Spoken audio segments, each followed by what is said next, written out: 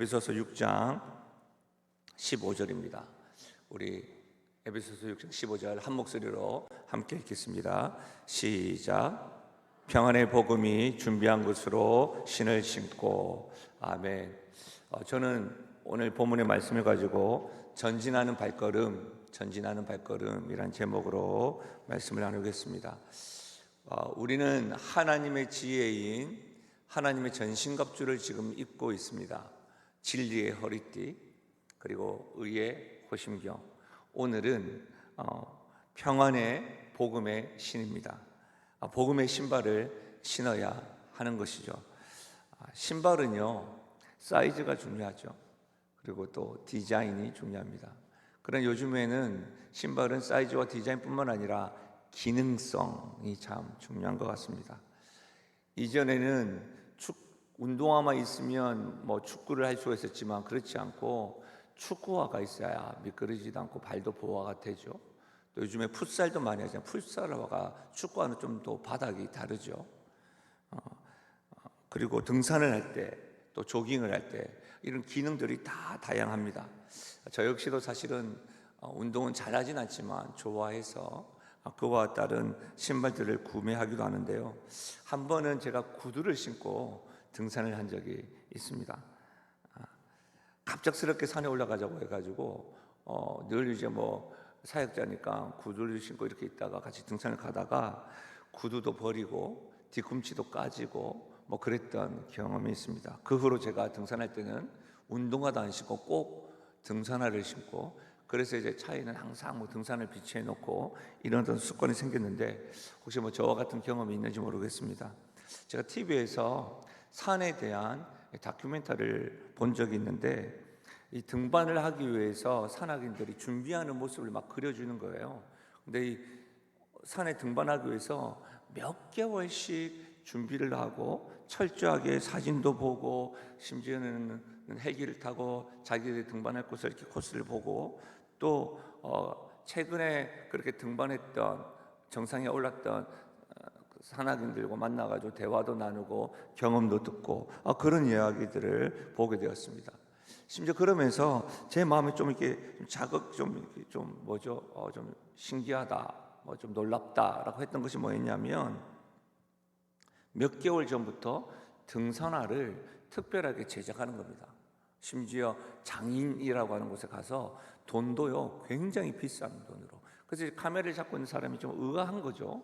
그래서 그냥 일반 등산화도 있고 늘 등산을 하니까 등산화 신으면 되지 않느냐라고 물었더니, 그 사람의 인터뷰 내용이 같은 산이라도 등반한 지 몇 년이 지나면 지형이 변화하기 때문에 등산화 역시도 이전 것으로 안 되고 새롭게 설계를 통해서 제작된 등산화를 신어야 안전하게 등반이 가능하다, 그런 인터뷰하는 것을 제가 들었습니다. 그래서 참 놀랐습니다. 여러분, 그와 같다면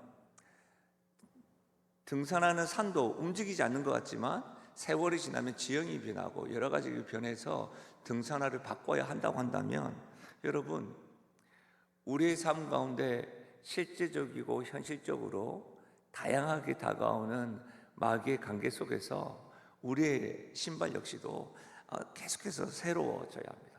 군인들의 전투화는 더 그렇겠죠. 대적과 싸울 때 어떻습니까? 평탄한 길에서만 싸우지 않습니다. 아주 험한 산을 넘기도 해야 되죠. 가시덤불도 밟아야 될 수도 있고, 그리고 여러분, 불길을 걷기도 하겠죠. 비가 온 뒤에 질퍽거리는 땅을 걷기도 하겠지요. 그리고 짧은 거리만 걷는 것이 아니라 흔히 말하는 행군이라고 하는 먼 길을 걷기도 하겠지요. 그렇게 따지고 보면 이 등산화의 사이즈와 디자인도 중요하지만 기능이 중요한 것을, 또 매번 신발을 점검을 하고 새롭게 신어야 된다는 것을 우리가 알 수가 있습니다. 당시 로마 군인들의 신발은 바닥에 징이 박혀 있는 튼튼한 군화를 신었습니다.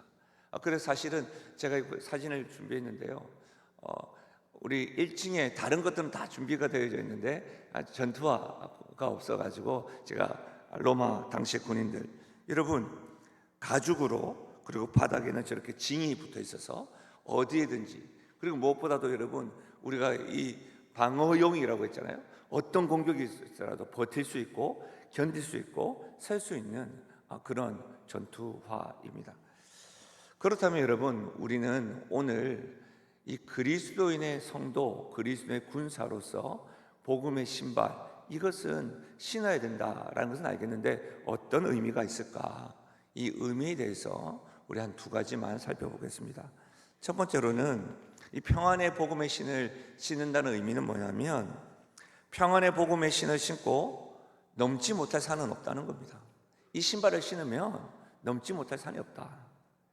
징이 박힌 군화를 신은 전쟁 중에 있는 군인은 견고하게 설 수 있습니다. 미끄러지지 않고 자빠지지 않는다는 것이죠.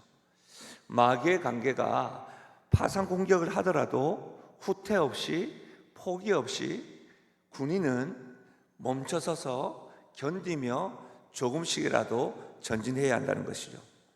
그런데 이 신발이 단지 로마 군사의 신발이 아니라 오늘 성경은 뭐라고 딱 지목하냐면 평안의 복음의 신발이다라고 이야기하고 있습니다. 평안의 복음의 신발. 제가 어제 의의 호심경에 대해서, 복음에 대해서 말씀드렸죠. 하나님의 의, 하나님의 의. 죄인인 우리를 하나님께서는 죄를 우리에게 전가하지 않고 그리스도의 의를 우리에게 전가하셔서 우리를 하나님의 자녀, 하나님 보시기 의인으로 하시고 양자 삼으셨다. 이것이 복음인 것이죠. 복음은 하나님의 의가 되시는 예수님을 통해서 죄인된 우리가 하나님의 자녀와 의인이 되었다는 것입니다. 그런데 이 신발이 뭐예요? 평안의 복음이죠. 평안의 복음. 평안이라고 할 때 오늘 읽었던 우리 신약의 에베소서는 헬라어로 되어져 있는데 에이레네라고 하는 말이에요. 에이레네, 평화. 근데 여러분, 이 평화는 구약에 우리가 자주 쓰는 말과 같은 의미입니다. 샬롬이라고 하는 말입니다. 샬롬. 여러분, 참된 평화는 샬롬입니다. 우리가 알고 있는 영어로는 뭐예요? 피스라고 하죠. 피스. 피스와는 좀 다릅니다. 피스는 사람들 간에 이루어지는 전쟁과 고통이 없는 평화가 피스입니다. 그러나 샬롬은 다른 것이죠. 여러분, 각 나라는 전쟁과 고통이 없는 평화를 이루기 위해서 사실은 온 힘을 기울이고 있습니다. 그런데 가만히 생각해 보시면 제때로 나라 간에 지키는 평화는 핵무기 그리고 경제력 등으로 서로 견제하면서 쟁취하는 평화입니다.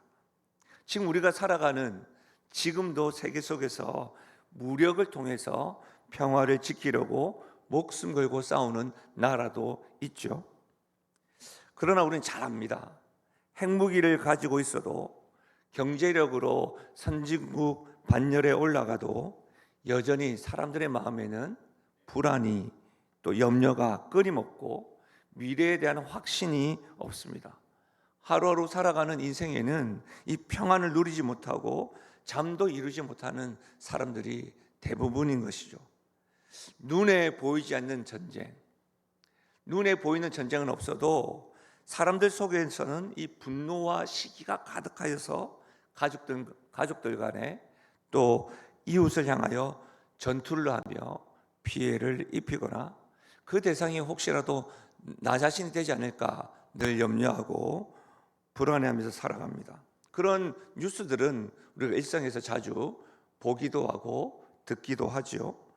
여러분, 각 사람에게는 욕심이라는 것이 끊임이 없습니다.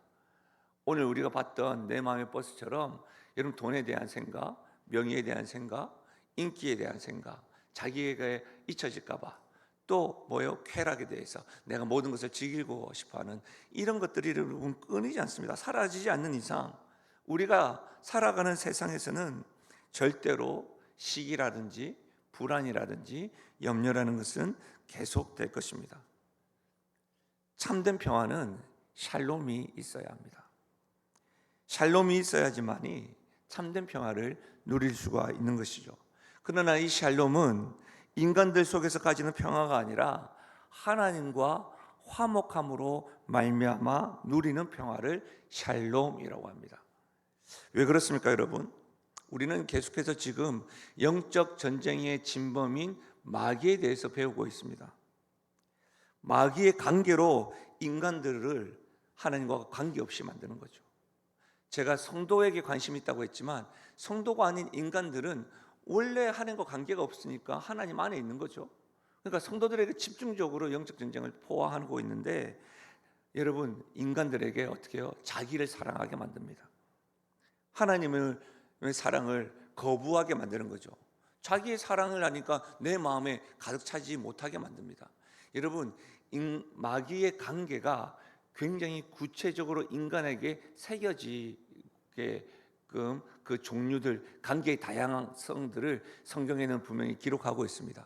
디모데후서 3장 1절에서 5절인데, 이 말씀을 읽으면서 마귀가 어떻게 해서 인간들에게 관계를 더하는지를 우리 입술로 한번 선포하면서 우리에게 좀 새기면 좋겠는데요. 같이 한번 읽어보겠습니다. 시작. 너는 이것을 알라. 말세에 고통하는 때가 이르러 사람들이 자기를 사랑하며 돈을 사랑하며 자랑하며 교만하며 비방하며 부모를 거역하며 감사하지 아니하며 거룩하게 아니하며 무정하며 원통함을 풀지 아니하며 모함하며 절제하지 못하며 사나우며 선한 것을 좋아하지 아니하며 배신하며 조급하며 자만하며 쾌락을 사랑하기를 하나님 사랑하는 것보다 더하며 경건의 모양은 있으나 경건의 능력은 부인하니 이 같은 자에게서 내가 돌아서라. 이것을 말세에 지금 우리가 살아가는 이때에 반드시 알라는 겁니다. 어떤 때예요? 사람이 자기를 사랑하고 돈을 사랑하고 자랑하고 교만하고 비방하고 부모를 거역하고 감사하지 않고 거룩하지 않고 무정하고 원통함을 풀지 아니하고. 그래서 어떻게 풀어요? 다른 사람들에게 막 풀죠. 모함하고 절제하지 못하고 사납고 선한 것을 좋아하지 아니하고 배신하고 조급하고 자만하고 쾌락 사랑하기를 하나님보다 더 사랑하고, 경건한 것 같으나 경건의 모양만 있고 경건의 능력을 부인하는 이와 같은 마귀의 관계들을 사람들에게 계속해서 새기는 거예요. 그러니까 평화가 없는 거예요. 하나님을 떠나게 만드는 거예요. 하나님과의 관계의 사람들의 특징이 바로 디모데후서 3장 1절에서 5절 다 있는 거 아닙니까? 여러분, 이런 모습들은 인간들뿐만 아니라 성도들에게도 나타난다는 거예요. 근데 여러분, 이 모습들이 마귀의 관계로 인해서 사람들에게 나타나는 모습인데, 여러분, 이런 사람들에게 참된 평화가 있을 수 있겠습니까? 이런 사람들이 모여서 가정을 이루고 있어요. 이런 사람들이 모여서 사회를 이루고 있고 세계를 이루고 있으니 눈에 보이는 전쟁은 없다고 하더라도 어떻게 평화를 누릴 수가 있겠습니까? 복음을 경험하지 않으면 결코 평화는 없습니다. 샬롬을 누릴 수가 없다는 겁니다. 하나님의 의, 복음은 차별이 없다고 하였습니다. 그러니 여러분, 내가 복음을 부끄러워하지 아니한다라고 선포하면서 이 복음은 유대인뿐만 아니라 헬라인에게, 모든 이들에게 차별이 없다는 겁니다. 그리고 여러분, 유대인과 이방인, 헬라인들이 하나가 될 수 있는 일이라는 거예요. 하나가 원래 될 수가 없어요. 십자가의 사랑 안에서는 하나가 될 수 있다는 거예요. 우리가 지금 에베소서 6장 10절에서 17절을 보고 있잖아요. 근데 여러분, 우리 처음 시작할 때 우리 에베소서 6장과 5장을 한번 보십시오. 성령 충만함에 대해서 이야기하면서도 어떻게 해요? 부부간의 관계에 대해서 이야기하고 있죠. 부모와 자녀간에 대해서 이야기하고 있죠. 종과 뭐예요? 상전과의 관계에 대해서 이야기하고 있잖아요. 복음으로 말미암아 서로 사랑하고 하나 되고 샬롬을 누릴 수 있다는 것을 여러분, 하나님 전신갑주 이야기하기 전에 이야기하고 있는 거 아니에요. 여러분, 영신교회가 어떻게 하나가 될 수가 있습니까? 장로님과 저와의 경험치가 다릅니다. 권사님과 저와의 살아왔던 배경이 달라요. 성격이 달라요. 삶의 형편도 달라요. 학력도 달라요. 가지고 있는 것도 달라요. 생각하는 가치도 달라요. 그런데 다 어떻게 맞출 수가 있습니까? 하나님의 사랑 때문이에요. 하나님의 기준 때문이에요. 복음 때문이에요. 여러분, 아까 운전기사 하는 말 들으셨죠? 왜 예수님을 거부합니까? 왜 내가 돈과 쾌락을 붙잡습니까? 예수를 믿게 되면 예수가 내 모든 걸 가져갈 것 같다는 생각이 드는 겁니다. 왜 우리가 이름 없는 신학생을 위하여 한 끼 금식하면서 헌금합니까? 왜 매월 둘째 주에 우리 교회 안에 있는 성도뿐만 아니라 지역 주민들을 위해서 사랑 나눔 헌금을 하면서 구제를 합니까? 왜 우리와 관계없는 사람들을 위해서 복음을 전하면서 그들에게 다가갑니까? 여러분, 이 모든 것들이 복음을 경험하고 평안을 누리는 자들에게만 가능한 일이에요. 여러분, 제가 예전에 한 번인가 언급한 적이 있는데, 저는 아직까지 성지순례나 이런 데는 다녀보지 못했지만 국내에는 굉장히 많이 다니고 국내에는 관심이 많아가지고 이렇게 제가 휴가 때나 또 한 번씩 찾아가 보고 이렇게 하거든요. 전라북도 김제시에 문화재 자료로 136호로 지정된 금산교회가 있어요. 제가 사진을 준비해 왔는데 이 금산교회의 별명은 기역자교회예요. 기역자교회. 사진 한번 보여주시겠어요? 기역자교회예요. 교회가 이렇게 기역자로 되어져 있어요. 본당하고. 이 기역자로 되어 있는 이유 중에 하나가 뭐냐면, 여러분, 제가 저희 가서 강대상에 딱 써봤는데 강대상 여기 있으면 이렇게 기역자로 되어 있어요. 그리고 여기 커튼이 되어 있어요. 다. 왜 그렇죠? 당시에 남녀 성도들의 자리를 분리하기 위해요. 왜 그렇죠? 남녀 유별 때문에. 남녀 유별의 전통 사회 관습을 해치지 않으려고 하는 방안이었다고 해요. 그런 건축이었대요. 여러분, 이 교회가 남아있는 것이 우리에게 굉장히 큰 의미가 있어요. 왜냐하면 초기 기독교의 기독교 정서가 고스란히 남아있기 때문에 그래요. 근데 이 금산교회는 교회 건물로 인하여 우리 한국 관습을 가지면서도 복음을 전하고, 어쨌든 여기는 남자, 여기는 여자, 또 심지어 여기는 양반, 여기는 종, 이렇게 따로따로 예배를 드렸어요. 근데 여러분, 이 정서가 남아있지만 이 교회에 가셔서 보면 어떤 스토리가 있냐면, 이와 같은 관습과 정서를 복음을 경험하고서 샬롬을 경험하는 이야기가 한국 교회사에 전해지고 있는데, 바로 이 교회의 담임이었던 이자익 목사, 그리고 이 교회를 섬기고 지금도 저 교회를 운영하고 있는 후손들이 있는데 조덕삼 장로의 후손들이에요. 여러분, 이 조덕삼은 부유한 지주였고요, 이자익은 조덕삼의 종, 머슴이었습니다. 근데 당시 금산교회를 다니고 있었던 조덕삼 집사였고요, 이자익은요 그 교회 장로였어요. 종이 장로고 주인이 집사였어요. 근데 조덕삼은요 이자익을 장로로 섬기면서 복음의 진정한 평화와 화해를 몸소 실천했어요. 더 놀라운 것은 조덕삼이 딱 보니까 그의 모습 이자익 장로가 정말로 하나님의 복음의 열정이 가득한 거예요. 그래서 신학교를 보내요. 그리고 지원해줘요. 그리고 목사가 되어서요 이자익을 금산교회의 담임 목사로 청빙을 해요. 그리고 그 이후에 본인은 장로가 돼요. 사랑하는 여러분, 이 모습만 보시면 여러분 이게 이해가 되십니까?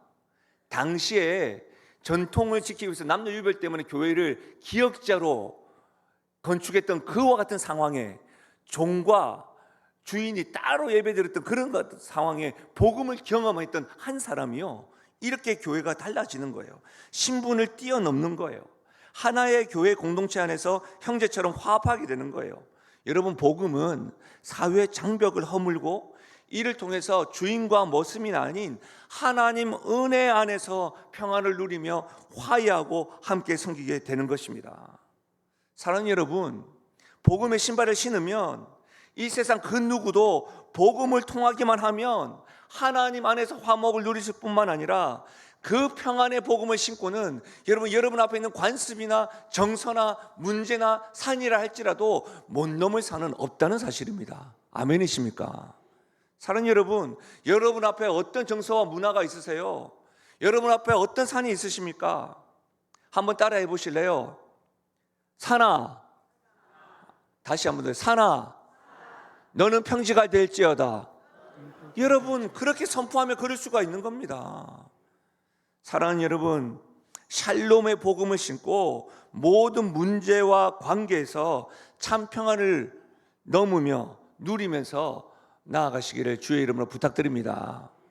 두 번째로, 이 평안의 복음의 신을 신는다는 의미는 복음이 필요한 이들을 향해서 다가가라는 거예요. 여러분, 복음의 복음이 필요한 사람들에게 다가갈 수 있는 성도는 뭐예요? 복음이야말로 세상의 유일한 소망이요 사람을 살릴 수 있는 유일한 길과 진리와 생명이라는 사실을 확신하는 사람이에요. 여러분, 이 복음에 대한 확신 있으십니까? 안타까운 현실은요, 오늘날 한국 교회가 이 확신을 가지고 있지 못한 것처럼 느껴질 때가 많습니다. 말로는 믿는다고 말은 하고 있으나 나를 변화시키신 이 복음이 다른 사람도 변화시킬 것이다.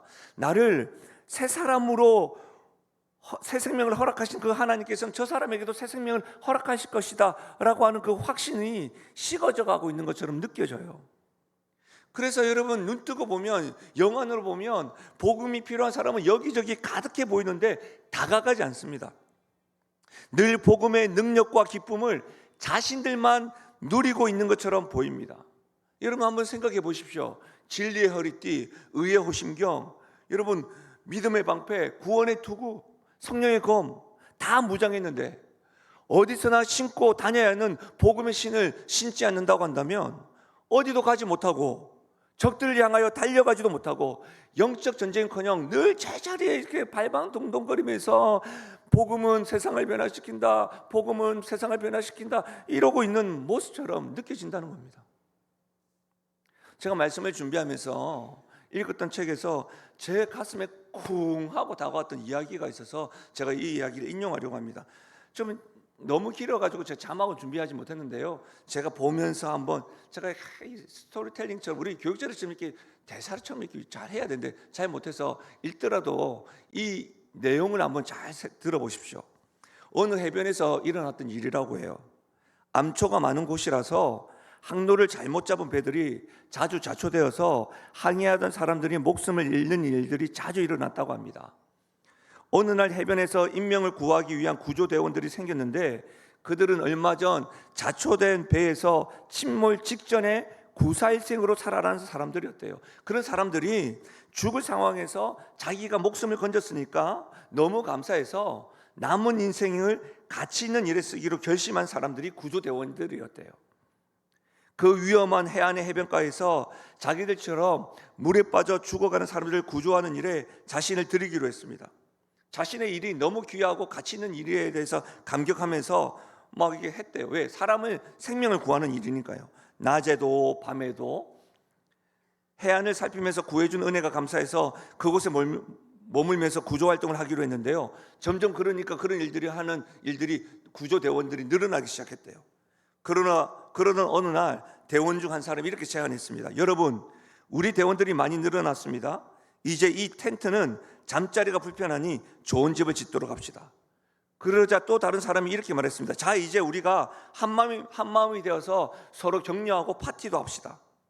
세월이 흐르자 어떤 일들이 일어났냐면 그 해변에는 화려하고 넓은 저택이 매일 들어섰고 매일 저녁 친목 파티가 일어섰대요. 이 사람들의 해변 생활은 이전과 같이 단조로운 생활이 아니고 활기찬 듯 보였습니다. 더 세월이 흘렀습니다. 이웃과 사람들은 낮에만 구조 활동을 하는 것이 근로기준법에도 부합한다고 생각하기 시작했습니다. 그래서 밤마다 어떻게 했습니까? 모두들 파티를 모여서 마음껏 즐겼다고 합니다. 이렇게 하는 것이 그들의 임무를 수행하는 데 도움을 줄 것이라고 생각하고 그렇게 했대요. 그런데 그들은 이미 물에 빠진 사람들을 구하기 위해 바다로 나가는 것이 위험하다는 것을 생각했대요. 그들이 거처하고 있는 저택에서는 화려한 조명 아래서 흥겨운 노래소리가 들려오고 있지만 바깥 해변에서는 여전히 구조를 요청하는 사람들의 비명소리가 밤마다 디웅치는 파도소리와 함께 통곡으로 메아리쳐 울렸대요. 여러분, 제가 이 이야기를 읽는데 우리 한국 교회 같았어요. 정말 많은 생각을 하게 되었습니다. 처음에는 선교사들을 통해서 복음을 받아들이고 그로 인해 그 감격을 해서 나도 그 구조대원처럼 그렇게 사람을 살리는 일을 하겠다.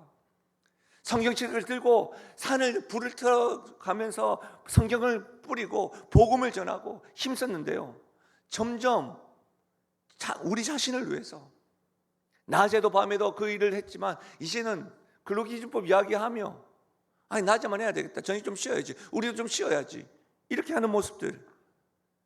바깥에는 피투성이로 아우성 치는데 우리 안에서만. 여러분 오늘날 한국교회의 모습이 저에게 비춰지는 겁니다. 성도의 모습은 아닌가, 저의 모습은 아닌가 회개하고 기도하게 되더라고요. 사랑하는 여러분, 지금도 마귀와 그 앞잡이들 12절에 기록되어져 있는 그들로 인하여 하나님과 전혀 관계없이 살아가면서 악한 영들에게 사로잡혀 살아가는 이들에게 우리는 다가가서 복음을 전함으로 자유함을 경험하게 해야 합니다. 우리가 선물로 받은 이 복음의 기쁨, 평안의 복음의 신을 신고 여러분 다가가야 합니다. 그들도 우리가 누리는 이 자유함을 누리게 해야 하는 겁니다. 여러분, 로마서 10장에 있는 말씀은 우리를 경각하게 하는 말씀입니다. 로마서 10장 13절에서 15절 말씀을 우리 함께 한번 읽어볼까요? 13절에서 15절까지 말씀입니다. 함께 읽습니다. 시작. 누구든지 주의 이름을 부르는 자는 구원을 받으리라. 그런즉 그들이 믿지 않은 이를 어찌 부르리요? 듣지도 못한 이를 어찌 믿으리요? 전파하는 자가 없이 어찌 들으리요? 보내심을 받지 아니하였으면 어찌 전파하리요? 기록된 바 아름다도다 좋은 소식을 전하는 자의 발이여 하는 것 같으니라. 아멘. 누구든지 주의 이름을 부르는 자는 구원을 얻습니다. 믿으십니까? 이 말씀을 역으로 한번 생각해 보시면 보내심을 받지 아니하면 어찌 전파하겠습니까? 전파하는 사람이 없으면 어찌 믿겠습니까? 듣지도 않았는데 어찌 믿음은 들음에서 낳는다는데 듣지도 않으니까 어떻게 믿음이 생기겠습니까? 믿음이 없으니까 어떻게 부르겠습니까? 부르면 누구든지 부르면 구원이 있는데 여러분 이런 일들이 있는 거예요. 전파하지 않으면 듣지도 못하고 듣지도 못하면 믿음도 생기지 않고 믿음이 생기지 않으니까 부르지도 못하는 거예요. 평안의 복음의 신을 신고 전파하지 않으면 안 된다는 거예요. 다가가야 한다는 겁니다. 이 세상은 복음이 아니고서는 영원히 하나님께 돌아갈 수 없습니다. 하나님과 화목게 되는 길도 없습니다. 하나님께 돌아올 수 없고 하나님과 화목하지 않는 인생에는 평안을 찾아볼 수 없는 인생이요, 거기에는 공허하고 혼돈하며 불안이 가득한 인생일 수밖에 없다는 사실입니다. 사랑하는 여러분, 우리는 이런 세상에 이런 사람들을 향하여 평안의 복음을 전해야 하는 성도요 그리스도의 군사입니다. 그리고 이 일은 마귀가 가장 싫어하는 일이니 당연히 그런 일들을 하지 못하도록 영적 전쟁에 있어서 마귀 관계가 쏟아 부을 것입니다. 사랑하는 여러분, 평안의 복음을 신고 복음이 필요한 이들에게 다가가겠다라고 하는 마음을 먹으려고 하는 사람들에게는 그 어떤 마귀의 관계가 더 많을 것입니다. 그러나 포기하지 마셔야 됩니다. 평안의 복음의 신을 신으면 그 어떤 상황도 넘을 수가 있는 겁니다. 못 넘을 산은 없습니다. 사랑하는 여러분, 복음이 필요한 이들에게 다가가는 첫걸음이 뭔지 아세요? 태신자의 이름을 적고 그를 위해서 기도하는 겁니다. 그들을 생각하는 겁니다. 아, 저들에게 복음이 필요해라고 하는 태신자를 생각하고 저들이 태신자구나, 저들이 복음이 필요한 자들이구나. 여러분, 그들을 기억하면서 여러분 내가 생명책에 기록되어 있는 것처럼 그들의 이름을 적어보는 겁니다. 부모님의 이름을 적는 겁니다. 남편의 이름을 적는 겁니다. 아내의 이름을 적는 겁니다. 내 자녀들이 경건의 모양은 있으나 경건의 능력에서 벗어나지 않도록 적는 겁니다. 내 손자와 손녀들이 지금 우리 안에 품에 있지만 믿음의 선배들이 떠나갈 때에 누가 장담을 합니까? 적는 겁니다. 그리고 두 번째로는 태신자와 자신이 기회를 얻어서 복음을 전할 수 있도록 그런 기회를 허락해 달라고 그렇게 준비하고 있노라고 교회와 함께 동력하는 성도들에게 기도 제목을 나누는 겁니다. 요청하는 것입니다. 여러분, 기도 제목 요청하는 것은 부끄러운 일이 아닙니다. 그리고 그때 하나님께서 기회를 주시면 여러분이 신고 있는 복음, 나를 변화시킨 그 복음에 대해서 전하고 나처럼 당신도 이런 변화를 경험하길 원한다라고 간증하고 사랑의 마음으로 복음을 전해보는 겁니다. 여러분, 복음 전도자 하면 우리는 사도 바울을 떠올립니다. 그는 복음을 전하다가 미움을 받고 매맞기도 하고 감옥에 갇히는 일들이 빈번했습니다. 지금 우리가 읽고 있는 에베소서 역시도 지금 감옥에서 에베소 교회인에게 편지를 적고 있는 상태입니다. 여러분, 근데 그가 감옥에서 쓴 편지의 내용을 요청을 한번 들어보십시오. 에베소서 6장 19절입니다. 19절 20절 같이 한번 읽어볼까요? 시작. 또 나를 위하여 구할 것은 내게 말씀을 주사 나로 입을 열어 복음의 비밀을 담대히 알리게 하옵소서 할 것이니 이를 위하여 내가 쇠사슬의 메인 사신이 된 것은 나로 이 일에 당연히 할 말을 담대히 하게 하려 하심이라. 여러분, 우리가 지금 에베소 6장 10절에서 18절 말씀을 보고 있는데 우리가 지금 19절과 20절을 보았습니다. 무슨 말이에요? 사도 바울은 에베소 교회에게 하나님의 전신갑주를 입으라라고 명령한 후에 지금 복음을 전하다가 감옥에 갇혀 있는 자신을 위해서 지금 기도 요청하고 있는 겁니다. 기도 요청이 뭐예요? 자신이 처한 상황 속에서도 복음을 전할 수 있게 해달라고 요청하고 있는 거예요. 이 모습은 사도 바울 역시도 영적 전쟁 중에서 계속해서 포기 없이 전진할 수 있기를 기도 요청하고 있다는 거예요. 감옥에서도 담대하게 평안의 복음을 필요한 자들에게 복음을 전할 수 있도록 기도 요청하고 있는 겁니다. 더 놀라운 것은 여러분 사도행전이에요. 사도행전 마지막 절이 사도행전 28장 30절과 31절인데요. 들어보십시오. 바울이 온 이태를 자기 셋집에 머물면서 자기에게 오는 사람을 다 영접하고 하나님의 나라를 전파하며 주 예수 그리스도에 관한 모든 것을 담대하게 거침없이 가르치더라. 사도행전이 이렇게 끝나요. 28장이. 그래서 여러분 액츠 29라고 해서 사도행전 29장을 이어나갑시다. 왜? 사도 바울도 지금 감옥에 있으면서도 어떻게 해요? 계속해서 복음을 전하는 모습, 담대하게 하나님 나라와 예수 그리스도에 관해서 거침없이 가르치면서 복음을 전하였음을 알 수 있는 것 아닙니까? 사랑하는 여러분, 평안의 복음을 신고 흔들림 없이 자신이 있는 곳에서 평안의 복음이 필요한 자들에게 복음을 전하여야 하는 겁니다. 사랑하는 여러분, 성도는 외부 환경이 어떠하든지 평안의 복음이 필요한 이들에게 다가가 복음을 담대하게 전해야 합니다. 우리는 평안의 복음을 신고 온 천하에 만민에게 복음을 전해야 되는 그리스도의 군사요 증인인 것입니다. 여러분, 오늘 출근하시고 생활하시는 그 걸음이 평안의 복음의 신을 신고 걷는 걸음인 거예요. 그 평안의 복음을 신고 어떠한 산도 넘지 못할 산은 없어요. 또한 여러분이 신었던 그 복음의 신을 신지 못한 이들에게 다가가서 복음을 전할 수 있는 오늘 하루, 그런 인생 되시기를 주의 이름으로 간절히 축원드립니다. 우리 시간에 말씀을 생각하시면서 이 찬양을 해봐요. 찬송가 413장인데요.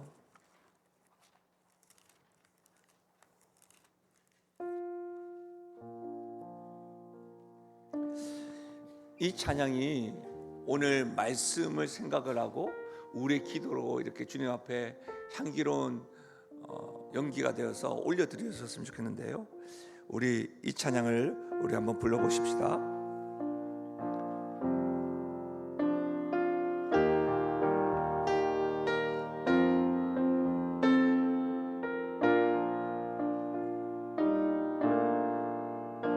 내 평생에 가는 길 수탄하여 늘 잔잔한 강 같든지 금풍 바로 무섭고 어렵든지 나의 영혼은 늘 평안하다. 내 영혼 평안해. 내 영혼 평안해. 여러분, 이 찬양 우리 참 많이 부르는데 이 찬양의 작사가가 우리 찬송가에 보면 호레시오 스파포드라고 하는 사람이 작사했어요. 이 찬양의 가사를 어떤 상황에서 쓰신 줄 아십니까? 스파포드의 아들이 숨을 거둔 지 얼마 되지 않을 때였습니다. 또한 그가 부동산에 투자한 돈이 1871년도에 시카고 대형 화재 사건으로 인해서 모두 없어진 때였습니다. 여객선이 침몰한 바람에 네 딸이 모두 대서양에서 목숨을 잃고 아내만 겨우 구조된 때였습니다. 소중한 것을 모두 빼앗아 삼켜버리는 모진 풍파 속에서 산산이 부서져서 없을 것 같은 그 현실 속에서 내 영혼 평안하다. 내 영혼 평안하다. 어찌 이렇게 고백할 수가 있습니까? 샬롬의 복음을 경험했기 때문입니다. 2절과 3절의 가사, 또 4절에 보시면 저 공중에 구름이 일어나며 큰 나팔이 불려날 때 주 오셔서 세상을 심판해도 내 영혼은 겁없겠네. 스파포드는 평안의 복음이 예비한 것을 신을 신고는 천국에서 누리는 완전한 평안을 지금 현실에서도 경험하고 있는 겁니다. 이 경험이 우리들에게 있기를 소원합니다. 우리가 너무 자주 부르는 이 찬양이 우리들 가운데서도 평안의 복음 때문에 고백되어지길 바랍니다. 우리 다시 한 번 더 우리 1절부터 고백하며 나가실까요? 내 평생에 가는 길 순탄하여 늘 잔잔한 강 같든지 큰 풍파로 무섭고 어렵든지 나의 영혼은 늘 편하다. 저 마귀는 우리를 삼키려고, 저 마귀는 우리를 삼키려고 입 벌리고 달려와도 주 예수는 우리의 대장이니 끝내 싸워서 이기리. 4절입니다. 저 공중에 구름이 일어나며, 저 공중에 구름이 일어나며 큰 나팔이 울릴 때 주 오셔서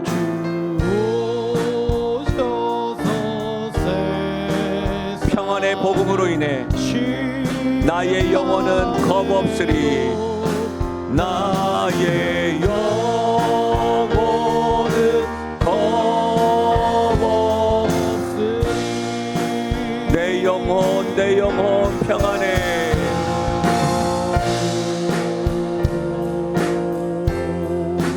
평안해.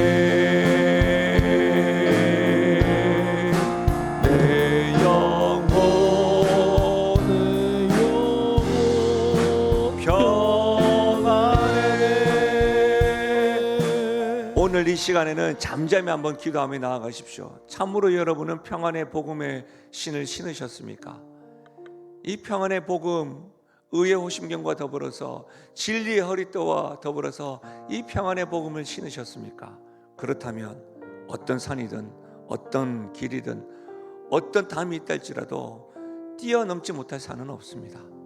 평안의 복음의 신을 신고 내 앞에 있는 산에게 선포하십시오. 산아, 너는 평지가 될지어다. 선포하며 나아가십시오.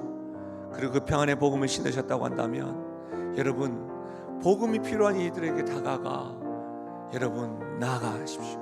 나와 같이 당신에게도 이 평안의 복음의 신발을 선물하겠노라고. 우리 이 시간에 여러분이 누리고 있는 평안의 복음에 대하여 감사하고 여러분이 앞에 있는 산들을 향하여 뛰어넘을 수 있는 용기를 허락하여 달라고, 또한 여러분의 택신자들 위하여 이름을 주 앞에 올려드리며 기도하고 여러분 개인 기도하고 돌아가시면 되겠습니다. 우리 이 시간에 기도하며 나가겠습니다. 아버지 하나님, 오늘 평안의 복음을 신을 신고 전진하는 우리의 발걸음이 되게 하여 주시옵소서. 아버지 하나님, 복음이야말로 참 평안을 누릴 수 있는 은혜요 통로인데, 하나님 아버지, 금상교회 스토리가, 금상교회 복음에 대한 이야기가 우리 영신교회에게도 일어나게 하여 주시옵소서. 종이 상전을 섬기는 것이 아니라 상전이 종을 섬기며 주께서 제자들의 발을 씻기셨던 그 복음의 행위들이 사랑하는 영신교회에도, 믿음을 가지고 있는 성도들의 가정에서도, 직장